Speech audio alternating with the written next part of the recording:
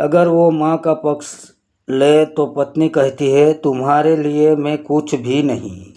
और अगर वो पत्नी का पक्ष ले तो माँ कहती है तेरी पत्नी के लिए मैं अब पराई हो गई।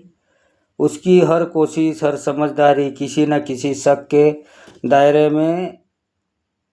डाल दी जाती है,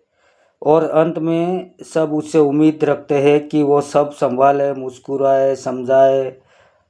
पर कोई नहीं पूछता क्या तू ठीक है।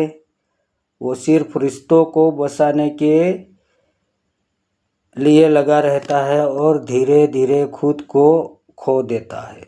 अगर कभी आपने भी दो अपनों के बीच फंसकर खुद को अकेला महसूस किया है तो एक सब्सक्राइब ज़रूर करें, क्योंकि कुछ दर्द ऐसे होते हैं जो दुनिया को नहीं दिखते, बस इंसान अंदर ही अंदर खुद को ख़त्म करता रहता है।